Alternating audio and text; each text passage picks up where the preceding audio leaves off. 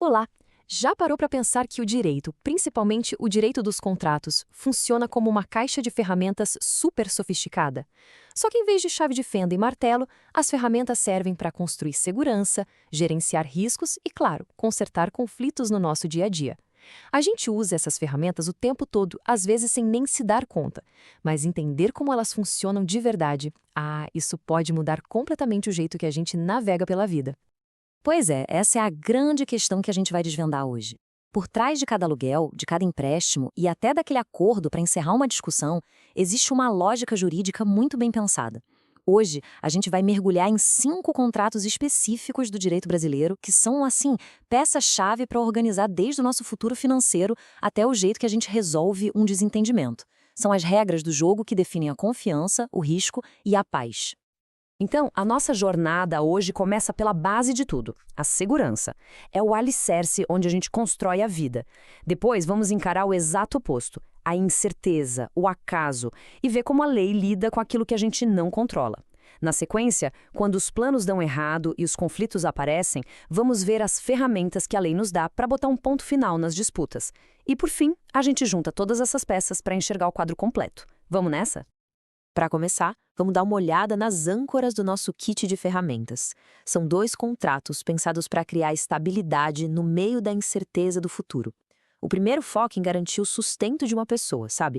Criando um fluxo de renda para a vida toda. Já o segundo foca em proteger um negócio, garantindo que uma dívida vai ser paga. Os dois, no fundo, são sobre criar previsibilidade. Pensa na constituição de renda como um jeito de criar uma pensão privada, uma mesada vitalícia, só que tudo formalizado. Imagina a sua situação. Uma pessoa idosa tem um imóvel, mas não tem uma renda fixa todo mês. Ela pode, por exemplo, passar a propriedade desse imóvel para um parente mais novo e, em troca, esse parente se compromete a pagar uma quantia mensal para garantir o sustento dela pelo resto da vida. É um acordo genial que troca um patrimônio que está lá, parado, por um fluxo de renda seguro e que traz tranquilidade. E olha, a lei leva isso muito a sério, cercando esse contrato de várias garantias.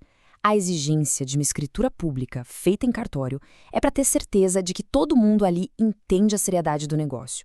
O fato de ser temporária, normalmente ligada à vida de quem vai receber, impede que se crie uma obrigação para sempre, que passaria de geração em geração. E, por fim, a natureza obrigacional é fundamental. O que está sendo garantido é o pagamento da renda, não o imóvel em si. Se quem recebeu o bem não pagar, o beneficiário pode cobrar a dívida, mas não pode simplesmente pegar o imóvel de volta, a não ser que isso esteja bem claro no contrato. Ok, então se a constituição de renda protege o futuro de uma pessoa, a nossa próxima ferramenta protege uma transação específica. A gente sai da segurança do indivíduo para ir para a segurança de uma dívida.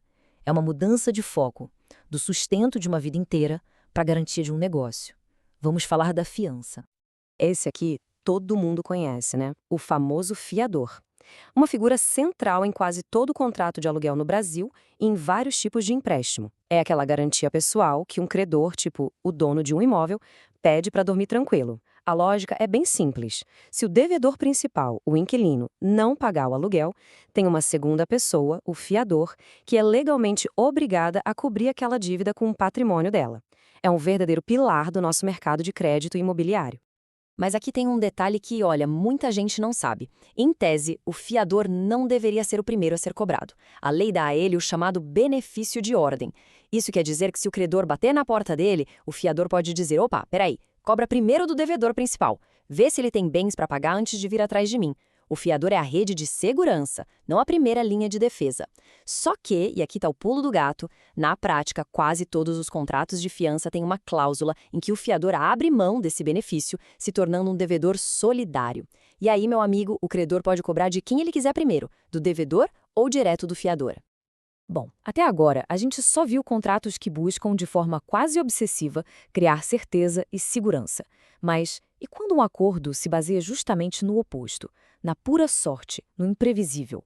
Agora, a gente vai mudar completamente de cenário e entrar na arena do risco e do acaso, para ver como a lei trata um dos temas mais polêmicos do direito, os jogos e as apostas. Diferente dos contratos que garantem segurança e têm uma função social clara, os acordos de jogo e aposta são vistos com uma certa desconfiança pela lei. Historicamente, são encarados como atividades que não geram riqueza de verdade, só transferem de um bolso para o outro e que ainda por cima podem levar à ruína financeira. Por isso, o tratamento que a lei dá é totalmente diferente, criando uma área cinzenta fascinante entre o que é crime, o que é tolerado, mas não tem proteção, e o que é totalmente legal e incentivado pelo próprio Estado. Essa tabela ajuda a gente a entender essa distinção, que é crucial. Lá embaixo, a gente tem os jogos ilegais, como o jogo do bicho, que são contravenções penais. Qualquer dívida que nasça daí, juridicamente, não existe. Lá no topo, temos os jogos autorizados pelo Estado, tipo as loterias, que geram dívidas super válidas e que podem ser cobradas na justiça. E no meio, que é a parte mais interessante, fica a maioria dos casos. O jogo de pôquer com os amigos, a aposta no resultado do futebol. Esses são os tolerados. A lei não proíbe, mas também não dá proteção total. E é exatamente aqui que nasce o conceito de obrigação natural. Mas o que é uma obrigação natural? É uma dívida que existe no campo da moral, mas não no campo do direito. Pensa assim, se alguém perde no pôquer e não paga, o vencedor não pode entrar na justiça para forçar o pagamento. O juiz vai dizer que aquela dívida não é exigível. Porém, se o perdedor, por uma questão de honra, vai lá e paga voluntariamente, ele não pode se arrepender depois e pedir o dinheiro de volta na justiça. A lei chama isso de solute retentio. É como se a lei dissesse, olha, uma vez que você pagou, a obrigação moral foi cumprida e eu não vou me meter para desfazer o que foi feito por vontade própria. Então, a gente já viu as ferramentas para construir segurança e para lidar com o risco. Mas o que acontece quando as coisas dão errado? Quando as expectativas vão por água abaixo e surge um conflito? Bom, a nossa caixa de ferramentas também tem instrumentos para restaurar a ordem e forjar a paz. Vamos analisar agora 2 contratos poderosíssimos criados especificamente para encerrar disputas, seja evitando ou terminando um processo na justiça. A primeira ferramenta de paz é a transação, mais conhecida como acordo. A palavra-chave aqui, o coração desse contrato, é concessões mútuas. Para um acordo ser válido, os 2 lados precisam ceder em alguma coisa. Se uma pessoa acha que tem direito a 100 e aceita receber 80, e a outra parte achava que devia 0 e concorda em pagar os 80, pronto, as 2 cederam. Se só um lado abre mão de tudo, isso não é um acordo, é uma renúncia, uma rendição. E a lei trata de forma diferente. A transação é a arte do possível, trocando a incerteza de um julgamento pela certeza de uma solução negociada. Mas e se as partes não conseguem chegar a um acordo sozinhas? É aí que entra o compromisso arbitral. Essa é uma ferramenta que está cada vez mais comum, principalmente em contratos de empresa mais complexos. Em vez de levar a briga para o sistema da justiça comum, que pode ser lento, caro e público, as partes combinam antes que, se der problema, elas vão nomear um especialista privado, um árbitro, para dar a palavra final. E a decisão desse árbitro tem a mesma força de uma sentença de juiz. É um caminho que oferece vantagens como rapidez, sigilo e o principal, um julgamento por alguém que realmente entende daquele assunto específico. Ufa! Vimos ferramentas para a segurança, para o risco e para o conflito. Cada uma parece funcionar no seu próprio universo, né? Mas, na verdade, elas fazem parte de um mesmo sistema. Agora, vamos dar um passo para trás e olhar como todas essas peças se encaixam para formar um kit de ferramentas jurídicas coeso e, olha, essencial para a vida em sociedade.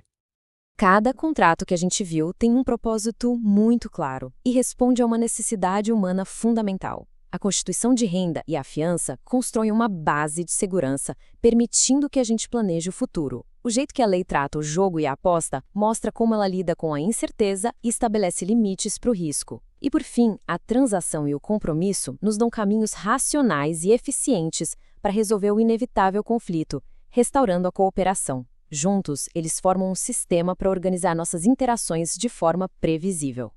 No fim das contas, o direito contratual é tipo o sistema operacional invisível que permite a cooperação numa sociedade complexa como a nossa. Essas ferramentas, desde criar segurança até resolver disputas, dão a estrutura previsível que a gente precisa para confiar em estranhos, para fazer negócios, planejar o futuro e, quando for preciso, encontrar um caminho de volta para a paz. Elas são literalmente a engenharia por trás da confiança. E toda essa nossa análise mostra uma dança constante entre a nossa liberdade de criar acordos e os limites que a lei impõe para proteger todo mundo. Desde proibir a cobrança de uma dívida de jogo para evitar a ruína, até exigir uma escritura pública para proteger pessoas vulneráveis, a lei está sempre pesando os pratos da balança. E isso nos deixa com uma última questão para reflexão. qual é o equilíbrio ideal entre a nossa autonomia para contratar e a necessidade de proteção e ordem na sociedade? A resposta para essa pergunta, bom, ela define a própria essência do direito dos contratos.